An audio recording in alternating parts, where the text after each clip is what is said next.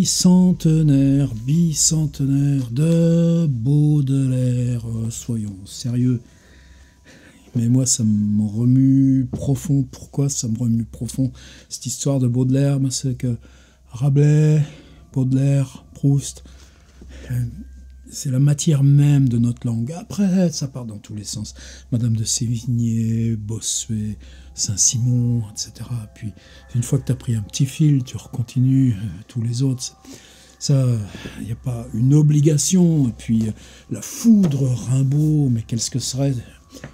Personne de cela n'existerait sans ce Baudelaire, même ceux qui viennent longtemps avant lui, comme Rabelais. Vous me croyez ou pas? C'est pas grave. Alors ce rendez-vous, c'est le 9 avril, le bicentenaire de Baudelaire. Moi, il y a une espèce de chose comme ça qui marine à l'intérieur. Et alors l'histoire, je fais en ce moment un workshop. C'est 6 mardis d'affilée avec les étudiantes et étudiants d'une école de design et d'architecture, Camondo, à Paris. C'est la crème. Merci Charlotte Poupon de la confiance. Et ce second semestre, d'abord, je vais dire Charlotte, voilà, tellement de choses, tellement... Puis bon, on dit, allez. Alors je lui dis, ouais, mais moi à ce moment-là, tu vois, la période que tu me dis, ce serait Baudelaire.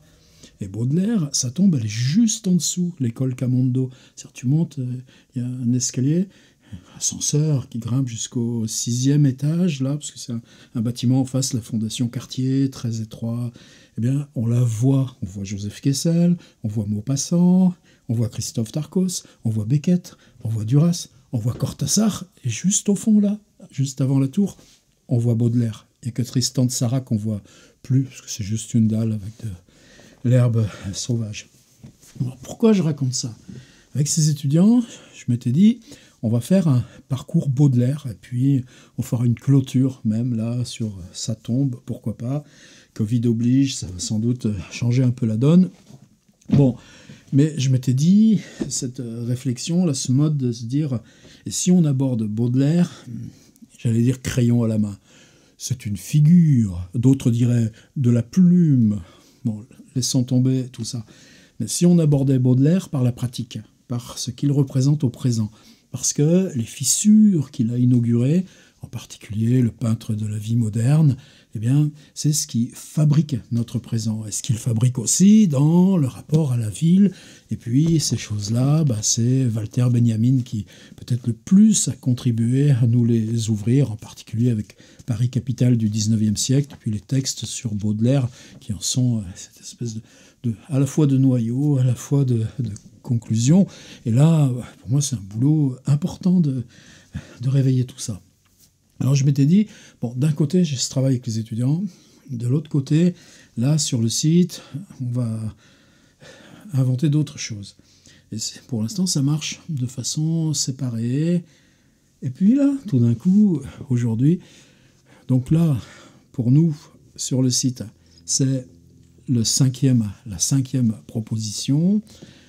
Et puis, c'est venu, alors mardi, ça a été fantastique avec les étudiants, j'ai fait mon speech, je vais vous en parler, mais là, depuis 2 jours, bon, ils sont livrés à eux-mêmes, ils doivent me rendre un travail dimanche prochain, et puis j'ai eu 2 ou 3 réactions, est-ce que vous pouvez nous résumer, est-ce que vous pouvez, voilà, une autre étudiante qui a eu des problèmes de connexion en cours de route.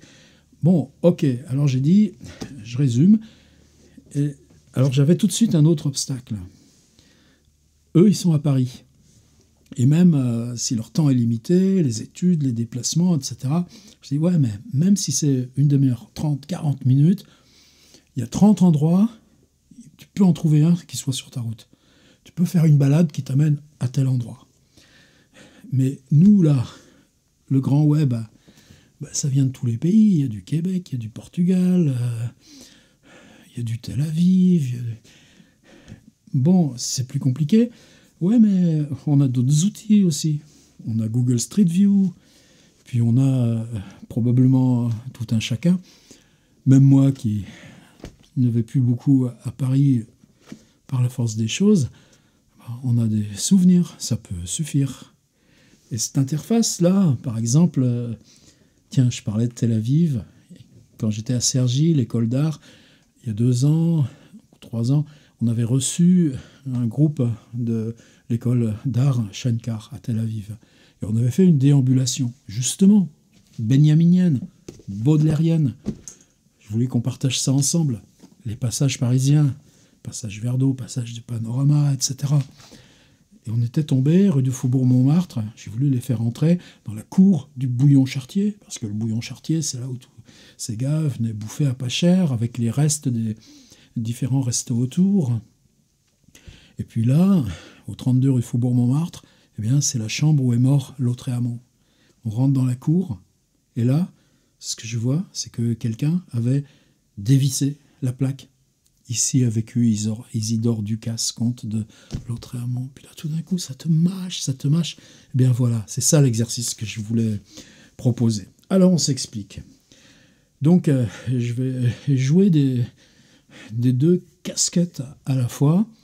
D'une part, là, pour vous qui utilisez cet atelier pour vous, pour les amis enseignants ici ou là qui s'en servent aussi, je suis hyper honoré quand je reçois des messages retour.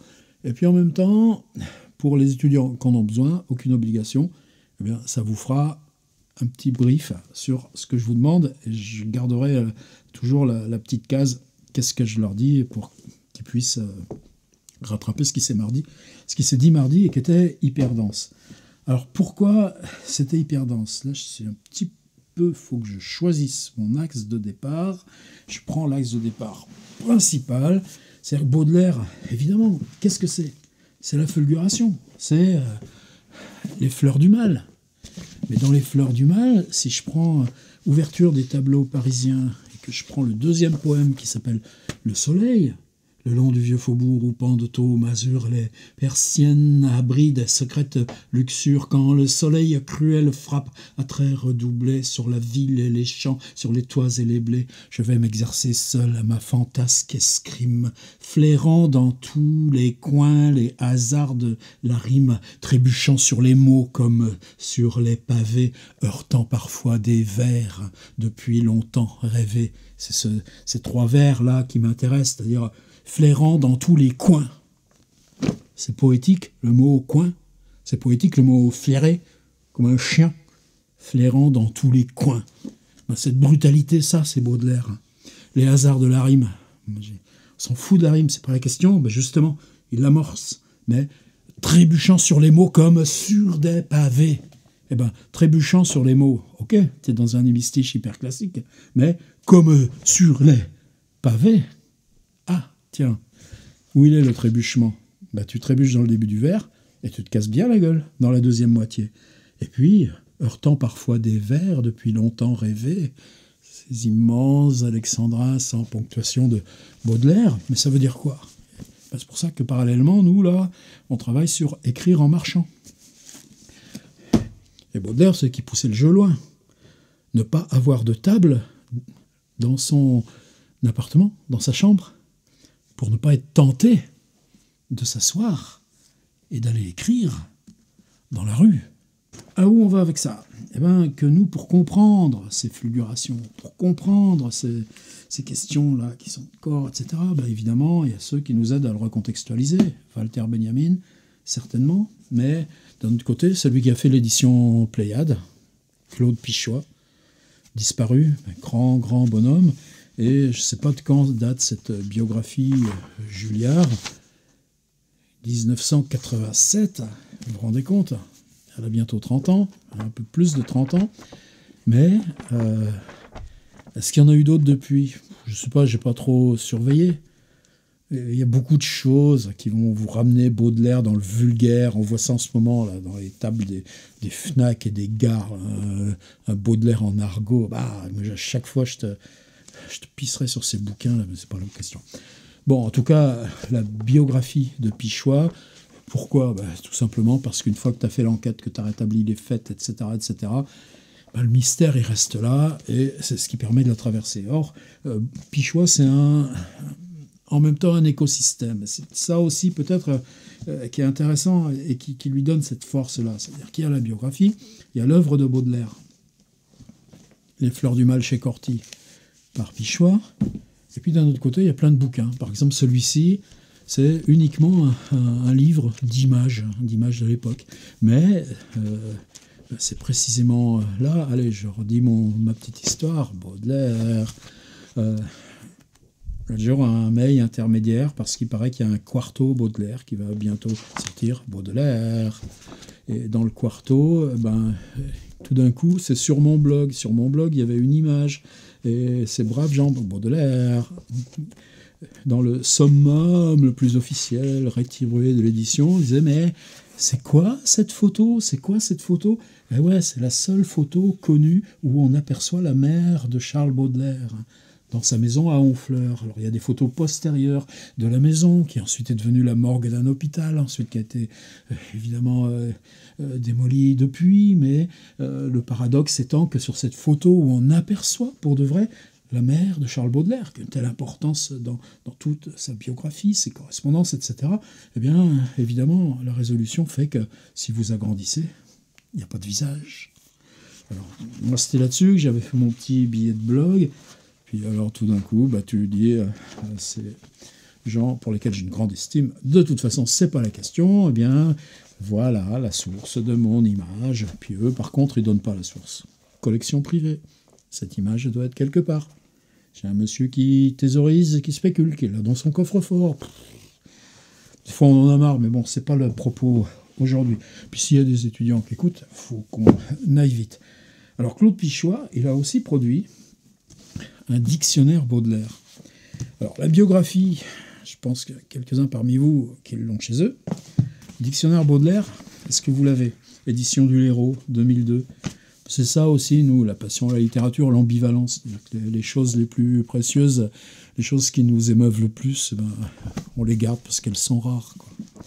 Et dans ce dictionnaire, il y a une entrée, c'est mastoc pour chaque personnage, etc. Il y a une entrée qui s'appelle domicile. Catholicisme, c'est pas ça. Je me dépêche, je fais le maximum.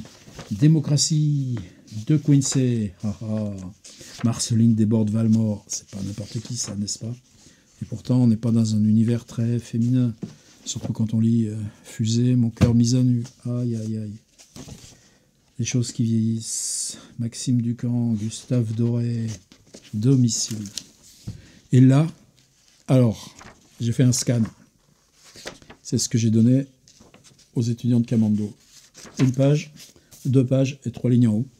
Eh bien, cet article scanné du dictionnaire de Claude Pichois et Jean-Paul Avis, qui est tout, je crois qu'il travaille à la bibliothèque historique de la ville de Paris, les conservateurs là. Donc, oui, c'est du boulot sérieux, c'est pas du loisir. Eh bien, cette double page, je me donne la liberté de le mettre en lien là sous la vidéo, dans le petit blog pour vos contributions.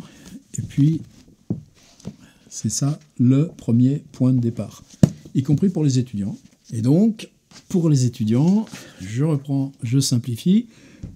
On a un texte qui s'appelle Domicile et qui recense 32 adresses de Charles Baudelaire. Il y a ceux de l'enfance, mais il y a surtout ceux quand il revient à Paris après le voyage forcé jusqu'à l'île Maurice, et puis de ses 21 ans jusqu'à ses 46 ans, 25 ans, mais les dernières années, justement, c'est un exemple. Et là, on va y aller, c'est-à-dire que là, vous avez l'intégrale, 32. Est-ce que vous pouvez en choisir parce que c'est sur votre route, parce que c'est près de chez vous, parce que c'est une balade à faire dans un coin qui vous intéresse, ou au hasard, on tire les dés, vous en choisissez une. Et puis, qu'est-ce que ça change? Eh bien, voilà un exemple. Qu'est-ce qui a provoqué l'embarquement forcé du jeune Baudelaire par son beau-père, le général Aupic? Eh bien, il avait hérité de 300 000 francs or, une somme considérable, peut-être 4 millions d'euros pour nous maintenant, de son père. Et quand il est mort, après avoir été toute sa vie dans la misère, et dans un hospice où on ne payait pas, contrairement à la clinique du docteur Blanche, où on était soigné Nerval, Maupassant, où là il fallait payer, eh bien Baudelaire disposait encore d'au moins 100 000 francs or de cet héritage. Des choses à s'arracher les cheveux. Eh bien, dans les premières années, monsieur vivait, île de la Cité, avec Gautier et quelques autres, dans des sous-pentes, sous les toits, et c'est là que les gants de cuir, les cannes, l'opium, il a dilapidé, effectivement, en 2 ans, une quantité... Bon, mais c'était pas si grave, il était riche, et c'était à lui. Alors là, moi, qu'est-ce qui change? L'île de la Cité, c'est la vieille enclave médiévale de Paris. Paris s'étend, et Haussmann, qu'est-ce qu'il organise? Il organise à côté, plus loin, il organise la rue de Rivoli, plus tard, évidemment, ce qui va mener à l'Arc de Triomphe Champs-Élysées. Oh là là, on en est encore loin. Mais le Paris haussmannien, c'est entre le Louvre et l'Opéra. Ce qui démolit, c'est la vieille esplanade du Louvre, voire la cousine bête de Balzac, une espèce du Paris qui est vraiment du slum, du taudis, des ruelles, les excréments dans la rigole au milieu de la rue, lire Walter Benjamin encore. Et quand Haussmann, qu'est-ce qu'il fait? Il élève des étages, 6 étages plus le 7e pour les domestiques. Ouais, mais on creuse dessous. On creuse quoi? On creuse le dessous de la ville, qui est une autre répartition, avec notamment les égouts. Alors aujourd'hui, il y a le gaz, il y a l'électricité, il y a la fibre, etc., etc. Mais les égouts qu'on construit sous Paris, ça va donner quoi littérairement? Ça va donner Jean Valjean et Les Misérables. Donc vous voyez, cette construction en hauteur et en souterrain, on est dans quelque chose extrêmement important aussi dans ces transformations. Mais Haussmann, du Louvre à l'Opéra, est-ce qu'il vient dans l'île de la Cité? Non, c'est notre chance. L'île de la Cité reste ce tout petit truc à l'image médiévale. Alors évidemment, ça a été transformé. L'hôtel Pimaudan, pendant des décennies, il était impossible d'y pénétrer. Maintenant, il est possession, propriété de la ville de Paris. Ça a été restauré, parce que dans les premiers étages, il y a des grands salons. J'y étais pour un colloque. Et puis, j'étais invité. Moi, j'ai été invité à grimper les escaliers jusqu'au 6e étage. Et t'as quoi, là? Maintenant, c'est un institut avec des gros mécènes. Et c'est réservé aux savants, universitaires, chercheurs, US, quelle que soit la discipline, qui veulent venir 1 an à Paris. 1 an à Paris? T'es dans l'île de la Cité? T'as cette vue merveilleuse? Wow, l'incendie de Notre-Dame au premier plan, tiens. Beaubourg, Montmartre et tout ça, mais tu es là même où ont vécu Baudelaire et Gautier. Alors merci Tim Hortons de Berkeley, qui m'a invité là où il travaillait. Et c'est quoi? T'as des ordis, t'as des gros canapés, tout est... Wow, des super éclairages, t'es dans le luxe, le calme et la volupté, dirait Baudelaire, merveilleux. Mais qu'est-ce qui reste de cette espèce de colloque où ces types, comment ils avaient leur linge? Qu'est-ce qu'ils bouffaient? Qu'est-ce qu'ils en faisaient de leur truc d'opium? Comment ça se bagarrait? Ouais, mais t'as quoi? Qu'est-ce que tu peux partager? T'as la fenêtre. Alors toi, tu regardes la fenêtre. Tu regardes le ciel, tu regardes l'horizon, tu te dis... voilà, ce que regardait Baudelaire, ce que regardait Gautier. Ça, ce serait une manière de répondre, la mienne. Un autre exemple, pendant 2 ans, vous savez, j'ai eu la chance d'être président. Alors, c'est pas un souvenir simple, parce que des films que je défendais mordicus, ça passait pas. Et, puis il fallait négocier sur d'autres. Mais plus dans une mutation, où moi, ce qui m'intéressait, c'était... YouTube, Internet, etc. Et non pas l'argent public qu'on donne pour la création, qu'elle continue, création documentaire, là où les chaînes ne les prennent plus. Oh là, tout à fait autre chose. Mais vous voyez, c'est comment le présent résonne avec le passé. Eh bien, quand je sortais du CNC, quelques centaines de mètres à peine, et plusieurs fois j'ai fait le crochet. Tu vas à ce carrefour. Alors à l'époque, pourquoi c'était là? Parce que l'Arc de Triomphe, c'était encore en plein milieu de la Cambrousse. Les Champs-Élysées, c'était rue juste tracée. Pourquoi Balzac, il prend cette maison rue de Passy, près de la maison de la radio? Parce que c'est quasi la campagne.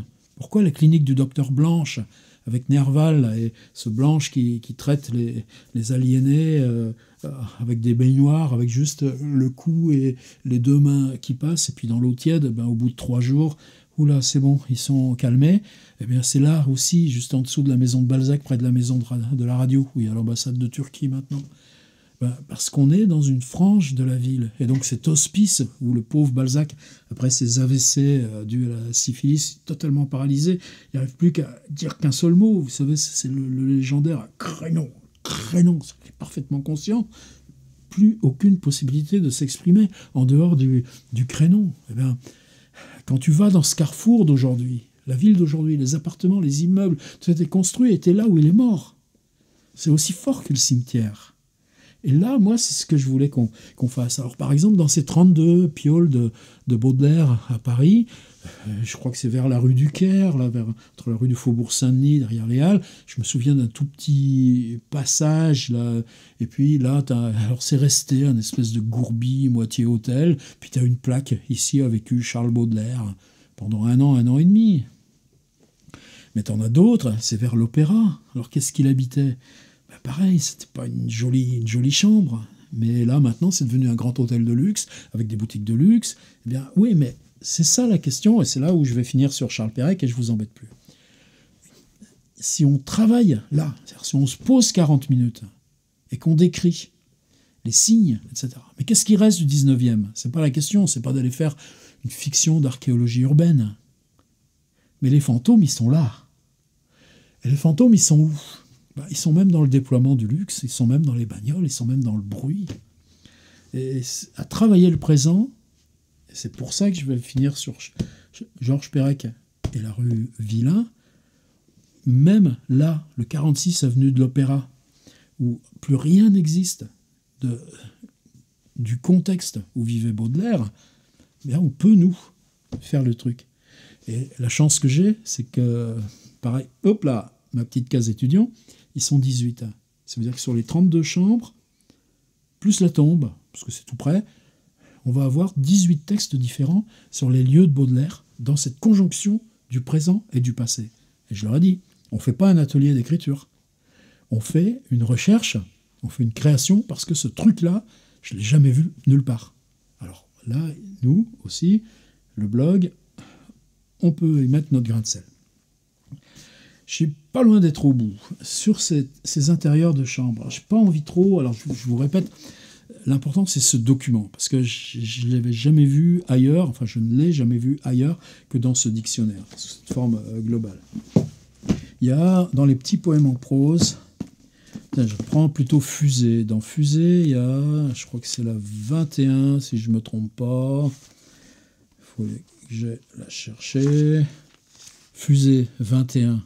Vous avez Fusée comme c'est hétéroclite, des choses qui nous sortent par les trous de nez. On se dit, mais comment un type comme Baudelaire peut écrire ça, etc. Je ne fais pas du tout du fétichisme, un truc comme ça, mais de temps en temps, tu as des fulgurations. Et ces fulgurations, elles nous concernent. Rimbaud, il est sorti tout droit de là.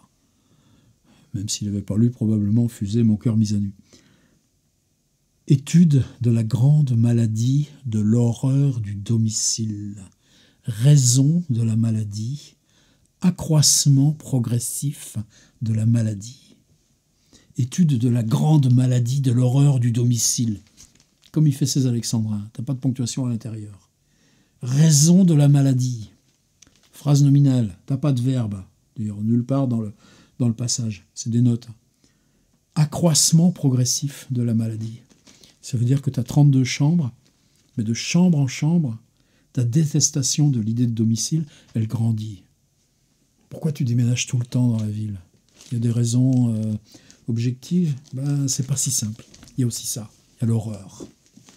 Et dans Poème en prose, là c'est le tout début.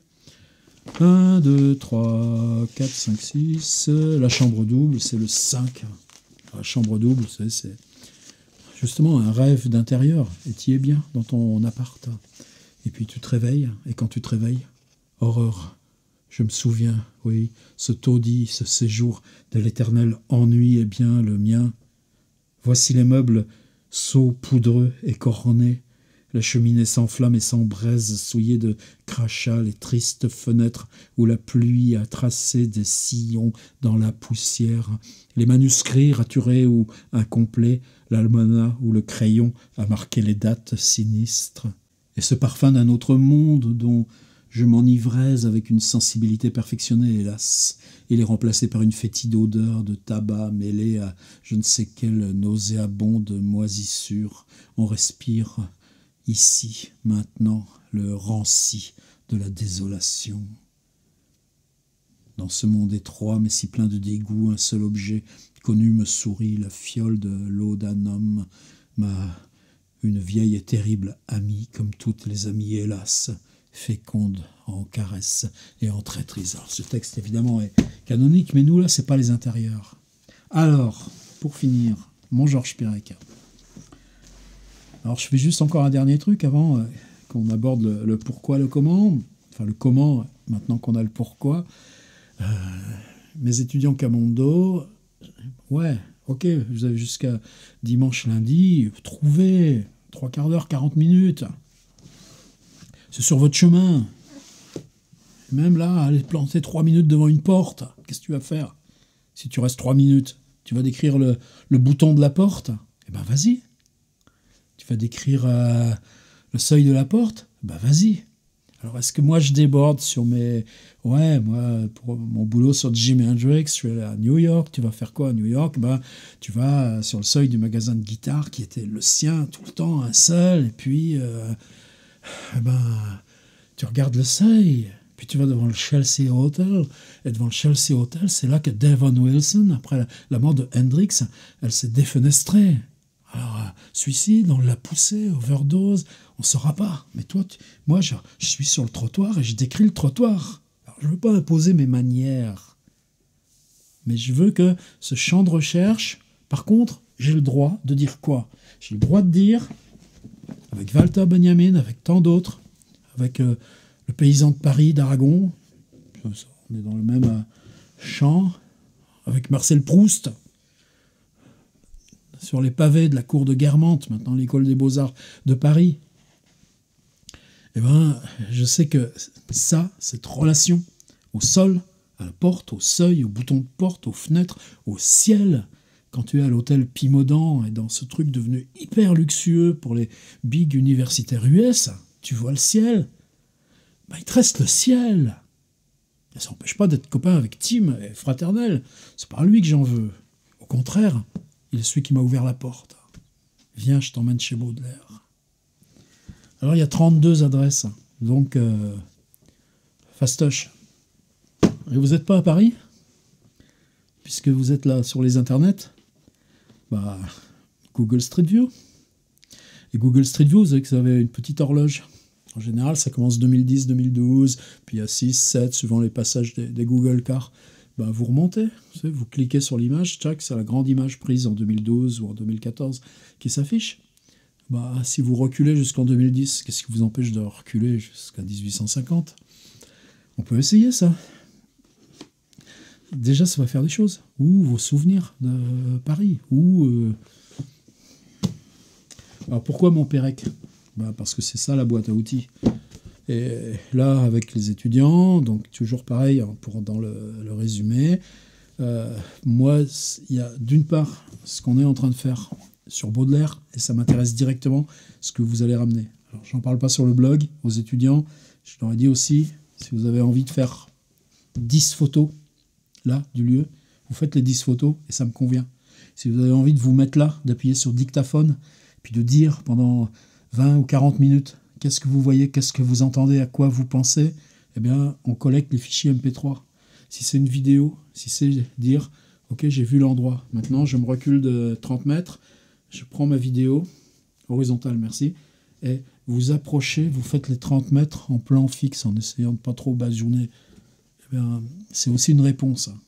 J'ai bien envie, là, moi, qu'on ouvre comme ça du transmédia. Qu'est-ce qu'on va rendre? On va rendre une vidéo YouTube, on va rendre un podcast, on va rendre... Tout ça, on peut le mélanger. Ne vous inquiétez pas. Alors ça, pour le blog, c'est pas notre affaire. Par contre, quand aux étudiants, je parle d'espace de Pérec, ben, c'est un double. Il y a un double fond. Alors, le double fond, c'est dire, ok, c'est chouette qu'on fasse des trucs sur Baudelaire et Benjamin, et c'est pas rien. Mais Pérec, vous le retrouverez sur votre route. Vous le retrouverez forcément en école d'archi. Et puis, se dire que vous aimez écrire, vous voulez écrire, sinon vous n'auriez pas fait l'électif écriture, parce qu'ils ont le choix. Eh bien, espèce d'espace, c'est sur tous les bureaux d'auteurs aujourd'hui. Et ce principe, la chambre, l'appartement, le lit, la page, le lit, la chambre, l'appartement, la rue, le quartier, la ville, on grimpe. Et puis, vous savez qu'il y a ce projet qu'il exprime, là, justement, dans la rue, les lieux, c'est-à-dire choisir 12 fois 12 lieux dans Paris, et puis chaque mois, aller dans 2 de ces lieux, donc une entreprise qui va durer, comment il le dit, cette entreprise qui durera donc 12 ans jusqu'à ce que tous les lieux aient été décrits 2 fois, 12 fois, avec chaque fois 2 descriptions, une sur le lieu et une contrainte. Tu repères les numéros, tu repères les noms, tu repères les boîtes aux lettres, tu restes fixe et tu notes tout ce que tu as devant les yeux qui te passe, etc. Et puis une autre qui se passe à distance, de mémoire. Donc là, ce chapitre ce passage sur les lieux, totalement essentiel. Mais vous savez que le projet, pourquoi il a capoté ? Il n'a pas capoté, le livre va sortir. Le livre est prêt, ça fait 4 ans qu'il est prêt. Simplement, je crois qu'il y a une arrière-petite-nièce, Madame veut des sous, et donc le livre essentiel de Pérec, les lieux, avec ces enveloppes craft qui sont restées à la BNF pendant 3 décennies, avant qu'on se donne le droit de les ouvrir et de publier, c'est bloqué par une connerie comme ça. Et nous, là aussi, il y a de la colère, quoi. On le veut, le livre Les lieux. J'aurai quel âge quand on publiera Les lieux ? Eh bien, une fois, il est à ce carrefour de la place Saint-Sulpice, et puis il reste du vendredi soir jusqu'au dimanche soir. Et là, tout d'un coup, il trahit son propre exercice. Et ça donne quoi ? Eh bien, ça donne tentative d'épuisement d'un lieu parisien. Et l'autre trahison, c'est quoi ? Mais que dans les 12 lieux, il installe la rue Villain. C'est-à-dire la rue où lui, il est né en 1937, et c'est là dont son père est parti en 1940, pauvre juif polonais qui préfère s'engager dans l'armée française plutôt que retenter l'exil. Et puis, c'est les premiers qu'on envoie se faire massacrer. Et puis en 1942, sa mère qu'il confie à un réseau d'écoles catholiques dans le Vercors, l'Ardèche, l'Isère, qui se passent les enfants pour brouiller les pistes. Et sa mère, elle est emmenée à Auschwitz, elle ne fait même pas partie des gens dont on relève l'identité. Elle n'entrera pas dans le camp. En 1942. Alors quand Pérec parle de la rue Villain, c'est comment il installe des propositions, des protocoles d'écriture qui vont lui permettre de multiplier les approches écrites, la matière écrite, la masse écrite, concernant la rue Villain, et retrouver un bloc d'écriture qui sera sien, qui ne sera pas autobiographique, mais qui sera son lien à l'impossibilité autobiographique. C'est pour ça que ces passages, on en a dans l'infraordinaire, dans Pensée classée, je ne sais pas, plutôt l'infraordinaire, je vais sortir la vie mode d'emploi, mais surtout dans W ou les souvenirs d'enfance. Alors là, les étudiants, c'est l'autre côté. Je vous ai mis donc le document du dictionnaire avec les 32 adresses et un autre document qui est 7 textes de Georges Perec, datés entre 69 et 73, qui sont autant de visites écrites à la rue Villain. Donc, utilisez une des techniques de Perec, prenez la rue Villain de Georges Perec, et puis une adresse de Baudelaire, et on superpose les deux. Voilà, c'était mon résumé pour les étudiants, et ma proposition pour les internets. Et je vous le répète, si vous êtes à Paris, allez-y. Personne ne l'a fait avant nous. Ça aussi, je leur ai dit aux étudiants. Personne ne l'a fait avant nous. C'est beau, non ? Merci Claude Pichois. Et si vous n'êtes pas à Paris, débrouillez-vous. Je suis sûr qu'il y a de quoi faire. À la prochaine.